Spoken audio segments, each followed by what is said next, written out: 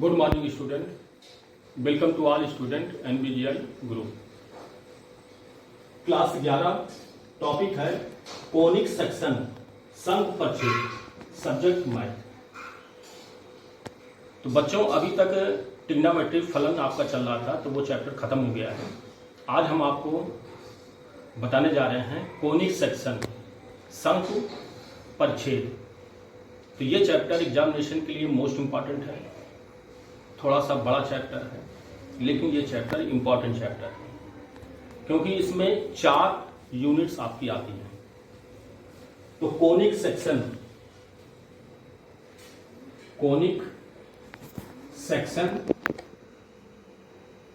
इसको कहते हैं संघ परिच्छेद।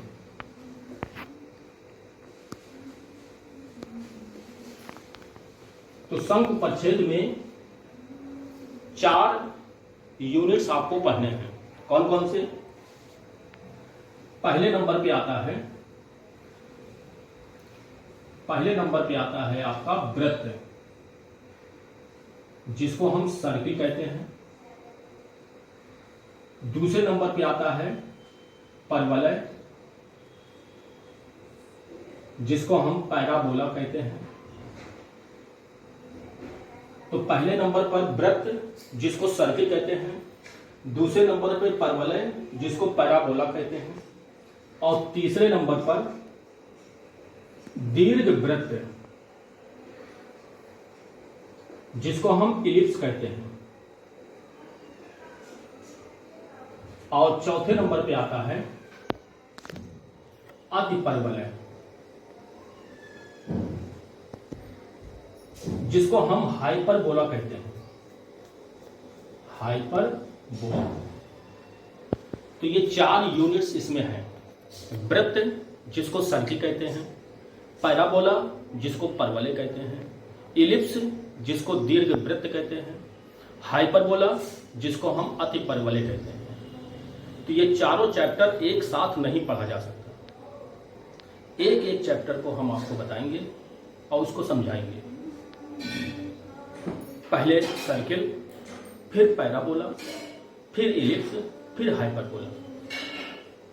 तो सबसे पहले हम आपको वृत्त बताने जा रहे हैं, लेकिन हम चारों के मानक रूप आपको बता दें, क्योंकि ये पहचान होनी चाहिए। कोई क्वेश्चन आपके सामने आ जाए तो ये जानकारी हो जाए कि ये सर्किल का है, या पैराबोला है, या इलिप्स है, या हाइपरबोला है। तो सबसे पहले आते हैं वृत्त। तो वृत्त की क्या पहचान है? कोई हमें बता सकता है? वृत्त की पहचान क्या है? x² और y² का गुणांक अगर 1 है तो वो वृत्त है। x² y² का गुणांक अगर 1 है तभी वो वृत्त होगा, और x² y² का गुणांक अगर 1 नहीं है तो वो वृत्त नहीं होगा।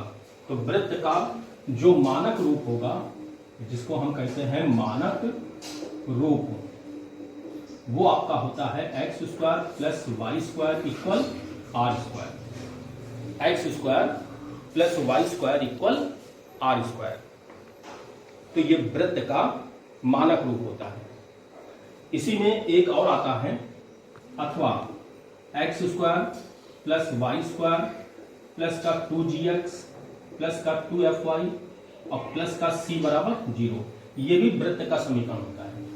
इसमें भी x² y² का गुणांक 1 है, लेकिन साथ में x और y का भी पद है। तो ये वृत्त का आपका पहचान हो गई। अब आते हैं पैराबोला। जो पैराबोला का मानक रूप होता है वो होता है y² इक्वल 4ax या x² इक्वल 4ay।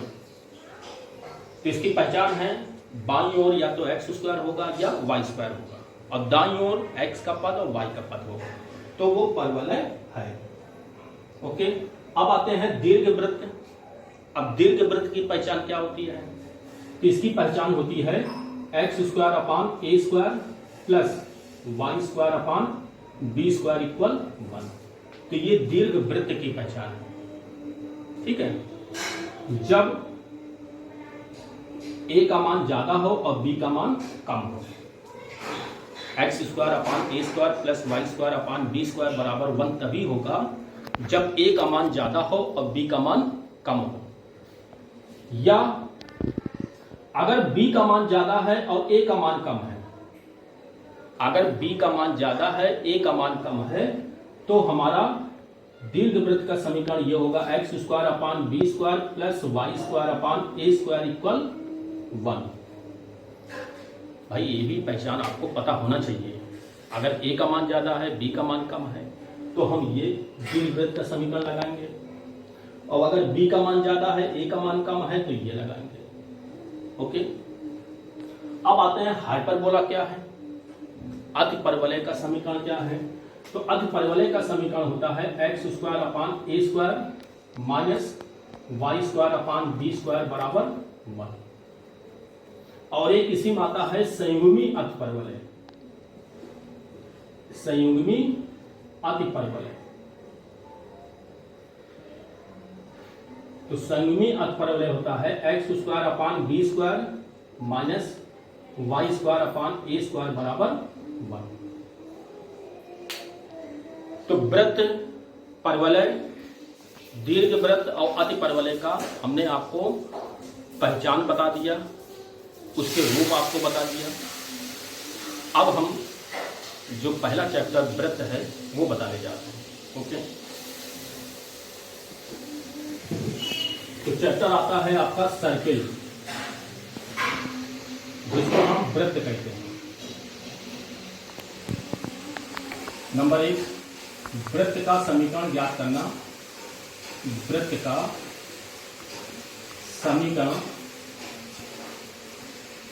ज्ञात करना जब वृत्त का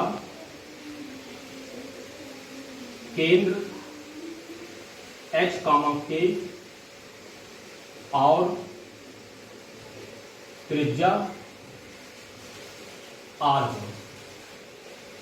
ध्यान दीजिए, वृत्त का समीकरण ज्ञात करना जब वृत्त का केंद्र h k दिया हो और त्रिज्या r हो। जैसे ये आपका वृत्त है जिसका केंद्र है h k, जिसका केंद्र O मान लेते हैं। अब वृत्त पर एक बिंदु P है जिसके कोऑर्डिनेट x y है। वृत्त का केंद्र h k और वृत्त पर एक बिंदु P है जिसके कोऑर्डिनेट h k हैं, और इसको हम कहते हैं रेडियस। तो वृत्त का समीकरण होगा x माइनस h का whole square plus y minus k का whole square equal r square. तो वृत्त का समीकरण ज्ञात करना जब केंद्र h k दिया हो और त्रिज्या r दिया हो, तो वृत्त का समीकरण x माइनस h का whole square plus y minus k का whole square equal r square. दूसरा, वृत्त का समीकरण ज्ञात करना, वृत्त का समीकरण ज्ञात करना जब केंद्र 0 0 दिया हो, यानी कि मूल बिंदु हो, और वृत्त पर एक बिंदु P है जिसके कोऑर्डिनेट x y है और इसका रेडियस r है। तब वृत्त का समीकरण क्या होगा, यही फॉर्मूला लगाएंगे। वृत्त का समीकरण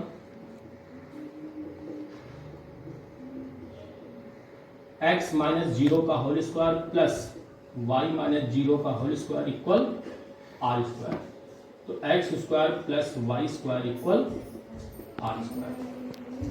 तो ये तो वृत्त का समीकरण है जब केंद्र और यानी कि सेंटर और रेडियस दिया हो। अब इसी का उल्टा, इसी का इनवर्स क्या होगा, जब वृत्त का समीकरण दिया हो और हमें केंद्र और त्रिज्या निकालना हो। तीसरा, इसको कहते हैं वृत्त का व्यापक समीकरण। वृत्त का व्यापक समीकरण, तो वृत्त का व्यापक समीकरण होगा x square plus y square plus 2gx plus 2fy और प्लस का c बराबर 0। ये वृत्त का व्यापक समीकरण। अब इसका केंद्र क्या होगा, केंद्र होगा h, k और रेडियस होगा जिसको हम त्रिज्या कहते हैं, रेडियस r। इसका फॉर्मूला होगा root g square plus f square minus c. तो आज हमने आपको वृत्त का